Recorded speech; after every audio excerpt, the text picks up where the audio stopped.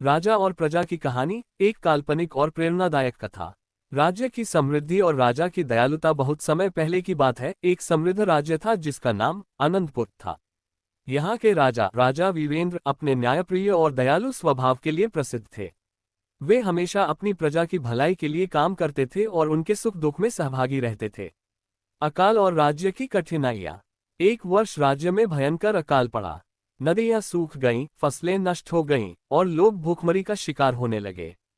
राजा वीरेंद्र ने स्थिति की गंभीरता को समझते हुए अपनी सारी संपत्ति और खजाना प्रजा की मदद के लिए समर्पित कर दिया।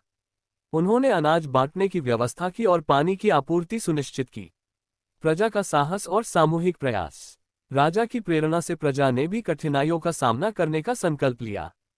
किसानों ने एकजुट होकर सूखे खेतों में नहरें खोदी, कारीगरों ने मिलकर जलाशयों का निर्माण किया और महिलाएं पानी लाने के लिए दूर दूर तक गईं।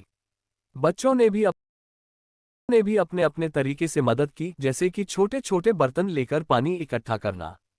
संकट के समय में एकता और विश्वास। राजा और प्रजा के बीच का ये सहयोग और विश्वास संकट के समय में और भी मजबूत हुआ। राजा ने कभी भी प्रजा से दूरी नहीं बनाई, बल्कि उनके साथ कंधे से कंधा मिलाकर काम किया। प्रजा ने भी राजा को अपना सच्चा मार्गदर्शक और संरक्षक माना। अध्याय: अकाल का अंत और राज्य की पुनः समृद्धि। कई महीनों की कठिन मेहनत के बाद राज्य में बारिश हुई और अकाल का अंत हुआ।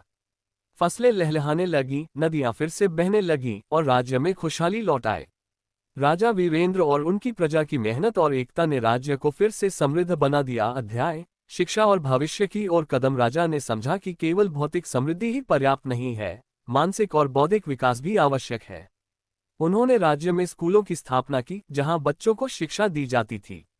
साथ ही उन्होंने प्रौद्योगिकी और विज्ञान के क्षेत्र में भी राज्य को प्रगति की दिशा में अग्रसर किया। अध्याय: राजा का त्याग और प्रजा का सम्मान। राजा वीरेंद्र ने अपनी सारी संपत्ति और राज्य की जिम्मेदारियां प्रजा के बीच बांट दी, यह मानते हुए कि अब वे स्वयं एक सामान्य नागरिक की तरह जीवन जी सकते हैं।